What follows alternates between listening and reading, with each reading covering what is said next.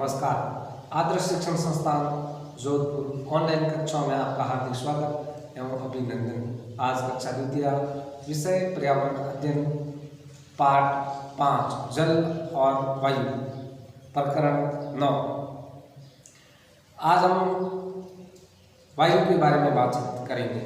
पिछले प्रकरण में हमने जल के बारे में बातचीत की और आज हम वायु के बारे में बातचीत करेंगे। सामान्य तौर पर देखते हैं कि वायु हमारे जीवन में अति ही महत्वपूर्ण है और हमें ही नहीं, जीव जंतु पेड़ पौधे उसी के लिए आवश्यक है। हमारे पृथ्वी में देखा होगा चारों तरफ से वायु का घेरा बना हुआ है और उन्हें हम वायुमंडल कहते हैं।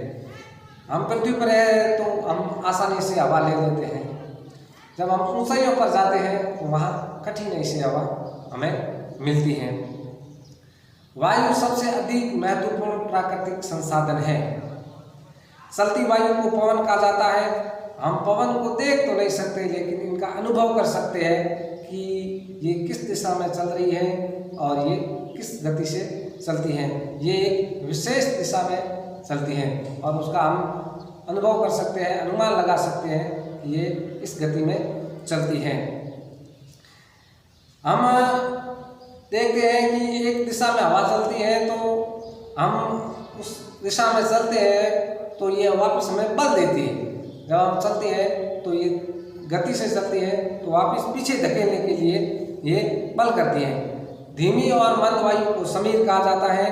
तेज और मजबूत वायु का परिणाम होता है कि आंधी। आपने देखा होगा कभी तेज और मजबूत स्थिति में चलती है तो आंधी का एक बड़ा रूप ले लेते हैं। हम सामान्य तौर पर हम देखते हैं कि जब तेज हवा चलती है तो उसके साथ में कचरा फूस मिट्टी लेकर एक बड़ा सा गुब्बारा बनता है और वो आंधी के रूप में आता है।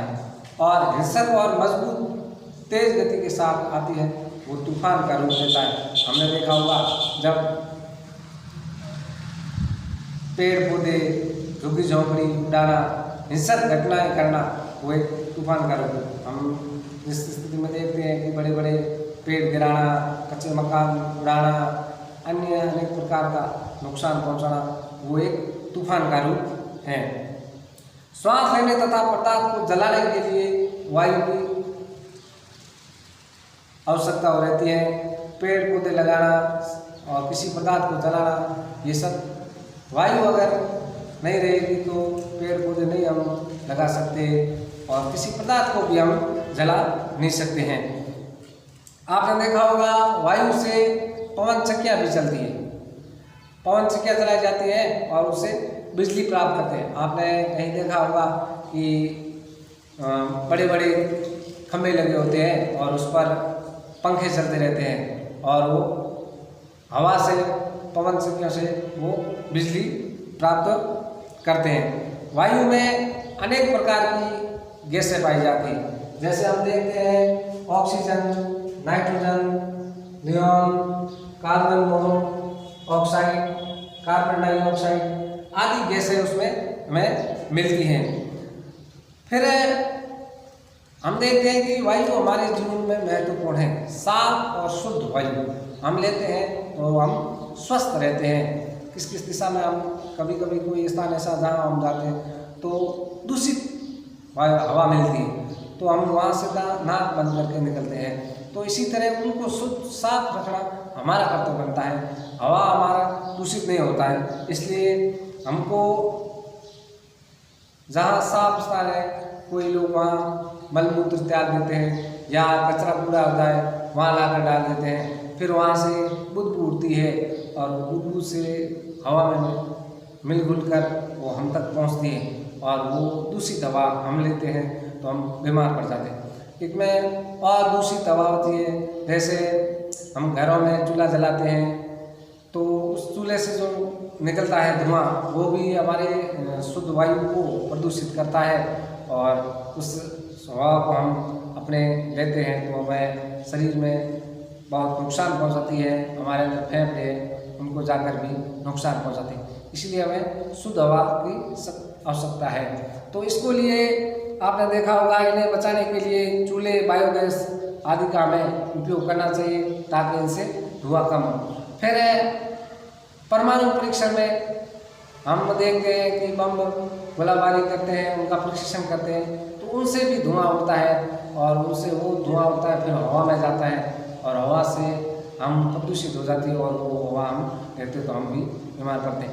आपने देखा बड़े बड़े कारखाने होते हैं, फैक्ट्रियाँ होती है, उसमें अनेक प्रकार के कार्य किए जाते हैं और उसमें धुआं निकलता है कारखानों से और धुआं जब ये गुब्बारा बनकर ऊपर हवा में जाता है और सारी हवा प्रदूषित हो जाती है और जब वो उस हवा को हम लेते हैं तो भी हम बीमार पड़ जाते हैं। आपने देखा कि बड़े बड़े शहरों में मोटरसाइकिलों की भीड़ होती है, कारें, बसें चलती हैं तो उससे कितना धुआं निकलता है और उस धुएं से पूरे वायु में मिल जाता है। फिर हम उनको हवा लेते हैं तो हम दूषित हवा लेते हैं तो हम भी बीमार पड़ जाते हैं। इसीलिए जितना जल को शुद्ध और स्वस्थ रखते हैं उसी तरह वायु को भी अपने को स्वस्थ रखना चाहिए, क्योंकि वायु स्वस्थ नहीं होगी, शुद्ध नहीं होगी, साफ नहीं होगी तो हम बीमार पड़ जाएंगे। इसीलिए प्रदूषण को ज़्यादा से ज़्यादा रोकना और जो कचरा है उसको गड्ढे में डालकर उस पर मिट्टी डालना चाहिए। इसीलिए शुद्ध हवा रहेगी तो हम स्वस्थ रहेंगे, बीमार नहीं पड़ेंगे। जल को हम आपने देखा होगा कि हम जल के मुख्य स्रोत होते हैं, वहाँ पर कुछ लोग स्नान करते हैं, कपड़े धोते हैं, मलमूत्र त्याग देते हैं और कुछ फैक्ट्रियों से माल वगैरह कचरा कूड़ा होता है वहाँ ला कर डाल देते हैं। तो बरसात का मौसम होता है और वो भी सारा का सारा हमारे मुख्य स्रोत होते हैं, जैसे तालाब, कुएं, बावड़ी, नदियाँ, झरने, उसमें वो चला जाता है। फिर वो हम जल पीते हैं तो हम भी बीमार पड़ जाते हैं। इसी तरह हमारी जो वायु है तो वायु में अनेक प्रकार के ये प्रदूषण फैल रहे हैं, अनेक अनेक स्थानों से जैसे हवा निकलती है, धुआं निकलता है तो ये सब प्रदूषण में जाता है, पूरा अपनी हवा में चला जाता है और हवा जहरीली हो जाती है तो और उस हवा को हम ग्रहण करते हैं तो हम भी बीमार होते हैं। इसीलिए हमारा ये कर्तव्य बनता है कि वायु को शुद्ध और साफ प्रदूषण नहीं रहेंगे तो हवा शुद्ध रहेगी और हम स्वस्थ रहेंगे। आप भी इन चीज़ों को ध्यान में करेंगे। क्या आपने देखा बड़े बड़े फैक्ट्रियों में धुआं निकलता है, बड़े बड़े शहरों में गाड़ियाँ चलती है वहाँ भी धुआं, इसका आप भी ध्यान कर सकते हो कि हमारी हवा ये कितनी दूषित होती है, कितना प्रदूषण होता है और हम दूषित हवा कितनी रहे। इसीलिए हमें शुद्ध हवा रखना, ज़्यादा से ज़्यादा इन चीज़ों को ध्यान करेंगे, कम से कम धुआं और इसका चूल्हे वाले को हम रोक सकते हैं। इसीलिए बायोगैस चूल्हा ये इनका उपयोग कर सकते हैं।